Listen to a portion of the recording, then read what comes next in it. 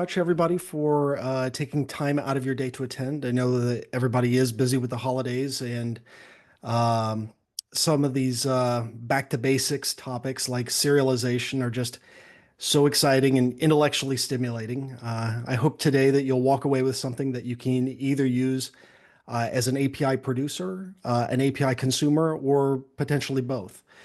Before we get into it, I'd like to talk just a little bit about my background. Um, Home for me is Granite City, Illinois, which is just outside of St. Louis, Missouri. If you're geographically challenged, that is right here. And before you ask, Chicago is about 5 hours north here. And fun fact, that's about the same distance as from Granite to Chicago as is San Antonio and Dallas. So while you can do a weekend trip on that, it's not something people do kind of on the regular. Anyway, I earned my bachelor's of computer science at SIU Edwardsville. And during my senior year, I did a couple internships at Monsanto. If you're not familiar with them, they're the company that makes Roundup. After I graduated, I got a contractor job at Scott Air Force Base doing web development. And I did that for about 2.5 years. Um, and then in 2008, an opportunity came up with the Boeing company. They had some software that governed inspections and repairs for the KC-10, the KC-135, the C-17, and the QF-16, which, if you're not familiar with that, that's basically an F-16 fighter jet that they've retrofitted to be a drone, and they use it for training and target practice. Um, so around 2011, a majority of the work shifted to Kelly Air Force Base, which is now Port San Antonio. And I did that until they shut the program down in March of 2013. And at the time, my now ex-wife and kids were starting to establish roots here, and I didn't really want to go back home. So for the next few years, I took a couple of contract to hire positions, developing thick clients and the APIs that power them. And that brings me to my current employer, Security Service Federal Credit Union. Um, Here I work on the systems integration team, and a lot of the work that I do here is not only a summation of my career, but very relevant to this talk here because we focus on making A talk to B, and the medium of that transport is HTTP. And so, for the purposes of this talk, like what does that imply? Well, when we say A talks to B, we're saying that A makes some kind of request to B. B does something with it and then issues a response back to A. And as part of that, A gets to participate in serialization of the request object. B gets to deserialize it. And on the way back out, B serializes and A deserializes. So let us take a look at that. Uh, and I have an example here.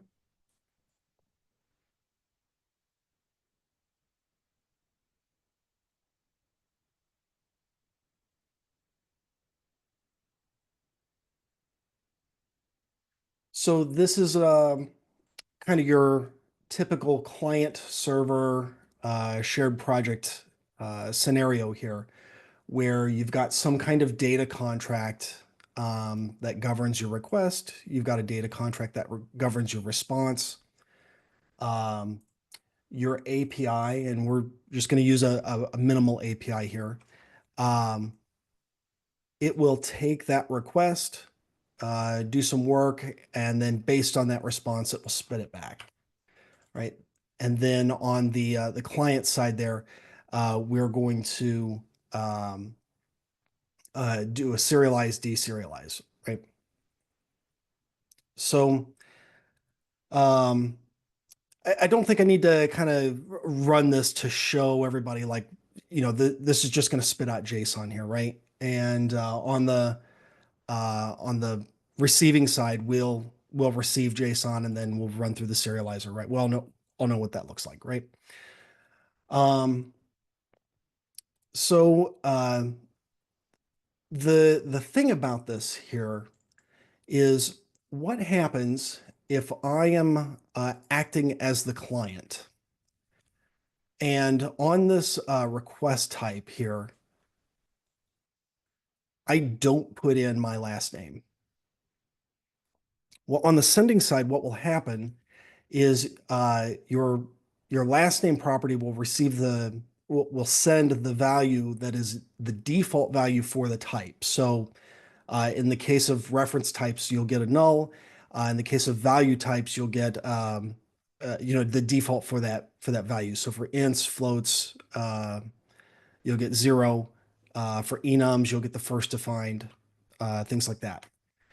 On the receiving side, um, let's say I construct a request, right? And I'm just some random language agent here, and I omit that property on the wire. What will happen is the receiving side will say, "Hey, I don't know what to do with that property, so I'm going to serve you the default value for that type." Um, so uh, that is that's all fun and dandy, right? Um, Why is this something that I care about? Because an overwhelming majority of the code that I come across from legacy projects, they just say, here's my data contract. I'm just going to give you the whole thing, and if it's null, it's null, and if it's got a value, it's got a value, right? Well, let's think about something like a raw abstraction API. And I know at least I've had to build something like this several times over the course of my career. This would be the kind of thing that sits in front of a legacy system where each entity has, just a metric boatload of properties. And we need to offer some kind of CRUD operations on each of those entities in order to power downstream applications. So when it comes to writing the update functionality, one way of doing this would be to, as the client, retrieve the entire object, update the specific property in memory, and then push the whole thing back to the API. And this works. Don't get me wrong, like we've written a bunch of code that will do that, right? But it's also kind of dangerous because in addition to unnecessarily shuffling data over the wire, on the retrieve side, you're unconditionally forcing every property of that entity to be updated when you push it back. And so, in addition to some security concerns, you can also have downstream performance implications. Wouldn't it be much nicer if, when I need to update the email of my entity, I just push the email property over the wire? Well, if both sides have the entity definition, we can just look at the properties that were put on the wire, and then we can map, to our entity framework or to our database objects, or even to the next tier accordingly. But the real question is how do we do this? Now, I want to make a shout out to something called JSON Patch. Um, this is a library that is built in .NET and is something that works. But it is, at least in my experience, every time I run into something that utilizes this, it's always pretty complicated to be both a consumer client and an API owner of this thing. The object graph, again, in my opinion, is a little over complicated. And just beyond that, like if I need to have a conversation with another developer, like there's a little bit of a unnecessary learning curve. So um, what we're going to do is look at something called JSON merge patch. And it's this idea that we're just going to put the properties that are relevant to the delta on the wire. So there is a naive way to do it. And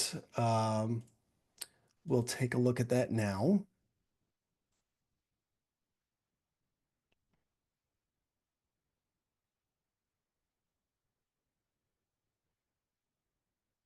And that is through dictionaries. Now, as a client, we still have this, we still have this data contract in our shared model here, right? Um, but as a client, I'll work in my client code and in my business logic and everything with this DTO. But then in my abstraction layer, whenever it comes time to push the thing over the wire, what I'm going to do is I'm going to construct a dictionary, and then I'm just going to add the properties that are relevant to the delta. And then what serializes is not the request, it's the dictionary, right? And so then that way I can control what properties get put on the wire. On the receiving side, it's kind of the same thing.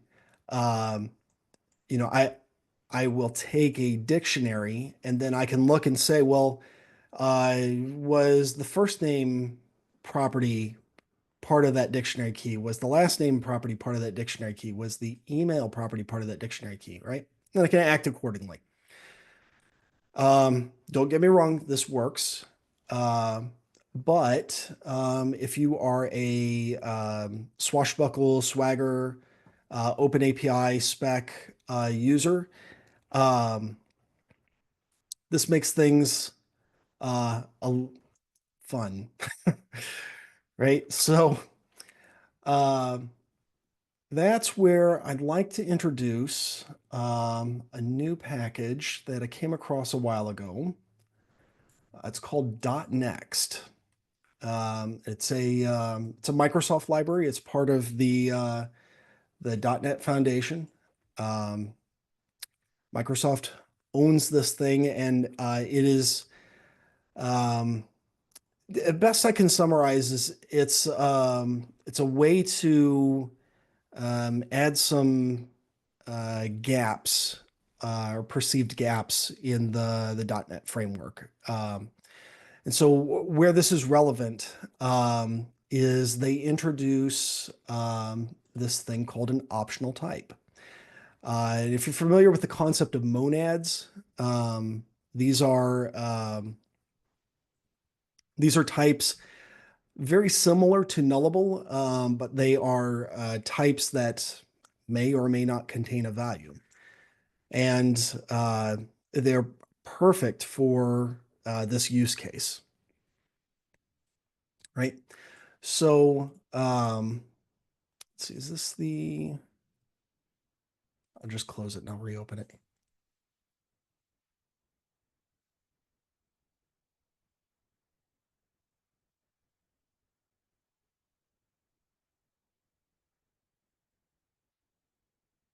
It's the example. So what it does is it modifies your data contract a little bit, right? So on the request types that you're going to receive, you no longer receive strings first name, string last name, string email, or int or float or char or whatever, right? You receive an optional of string, an optional of int, an optional of t, right? Um, the other thing is that in order to participate in serialization, they need to have this converter factory because the data type of this is a struct that contains your t value and then a flag called is null and is defined.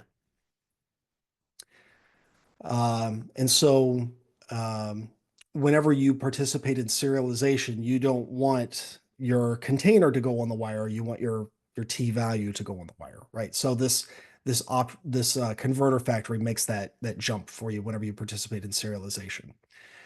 The other thing is that the default value, because it's a reference type, right? Or yeah, because it's a reference type. The default value of it is undefined. So, and the equivalent of absent property on the wire, right? So whenever you serialize it, um, this one here, you want to make sure that it gets ignored whenever you're writing that thing out. So as a receiver of it, If it's absent, it will get the default value for the type, which is undefined. And then as a writer of it, if it's been not set, then it'll have the default value and then the serializer will ignore it.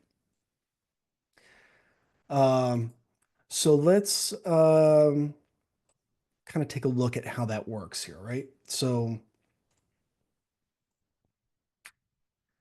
dang, we're 20 minutes in and like I'm almost done. So, uh,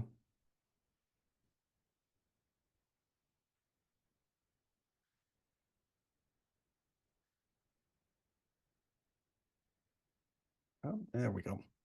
Okay. So, where'd that go?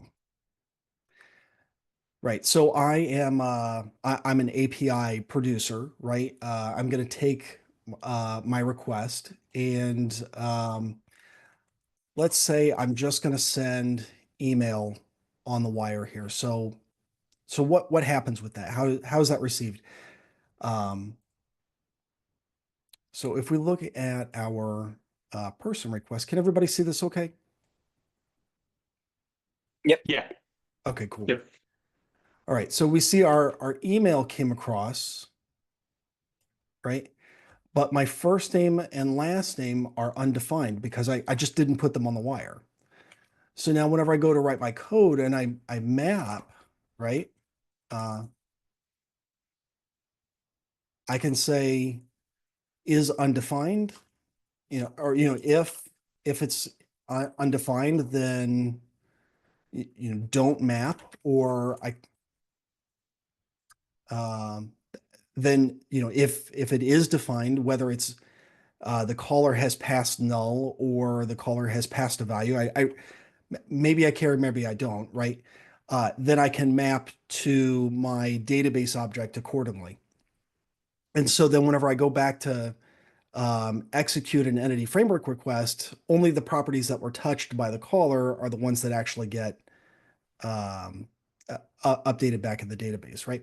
Maybe I could put some safety around this, right? So tie updating first name to a role or something like that.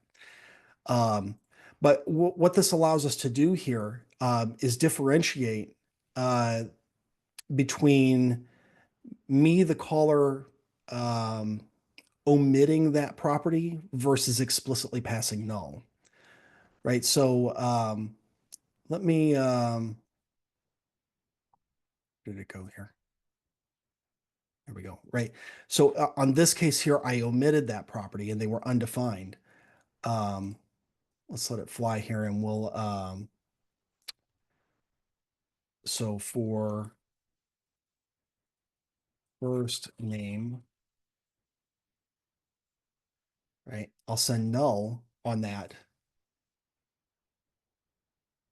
Oh, and it might help if you have a comma here too, right? There we go. And so now, right, my email's been provided. My first name is now null, and my last name is undefined. So, um, in my mapping code, in my controller code, or just however it is appropriate for me to handle this and to interpret it, right? Now I can make the differentiation between a property that was explicitly passed as null or a property that was omitted on the wire, right? Um, so that's how I handle it as an API producer, right? But what if I'm a client? What if I need to call a downstream service that, presence or absence makes a difference, right? It's the same thing, right?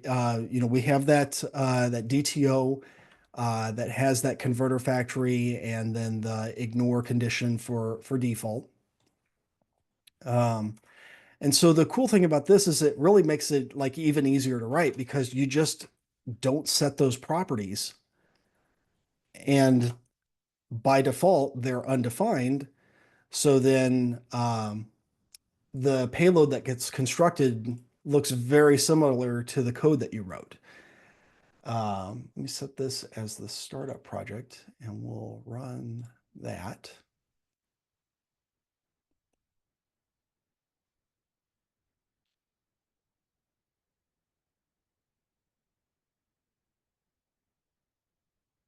All right, so you can see here, I commented out my first and last name, and the only property that was actually serialized was my email. Right now, if I come through and explicitly null that out,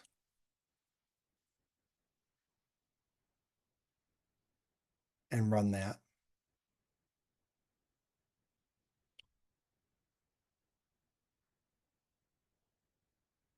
right, then you'll see that null is actually put on the wire there. And so in that way, I can act as both a producer and a consumer, where presence or absence of a value is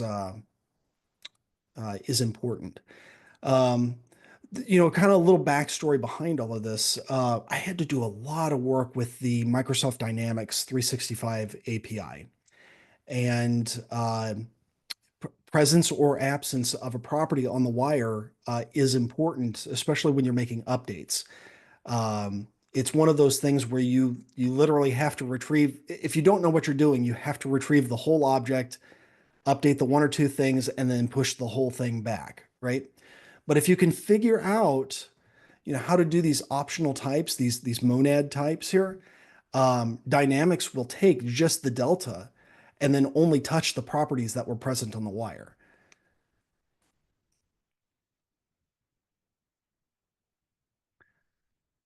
And so I didn't realize how quick that was going to be, but that's what I got, and hope it was value for you. Bye. No, this So, is so cool. Yeah, go ahead. yeah, yeah. Sorry, you go first. No, I'm excited. I've got a use case for this. In our code, we use feature flags to let Uh-huh. us merge often before we're ready for customers to really start using that new feature. But the part I can't control with a feature flag, unless I do some, cleverness with inheritance, is my JavaScript developers would like that property to not be in the payload if the toggle is not on, Yeah. Ooh. right? And that's Right. the part I Okay. can't do. The JavaScript developer says, don't send that property if the feature flag is off. And I say, well, compilers, you're going to get it anyway. Just ignore it, please. Yeah. But this would let me like really not change the outbound contract when the toggle is off, which is awesome. I'm excited. Thank you. I was gonna say, I was the past team I was on. We had a case basically like this. We had a bunch of nullable values that like might or might not change depending on what we were doing. And just because they were null doesn't mean we were trying to null them out. So what we didn't use this. What we ended up doing was for a bunch of these properties, we created an additional Boolean property that said, "Hey, should this actually be changing or not?" And if it was true, it should update. So this is definitely preferable, I think.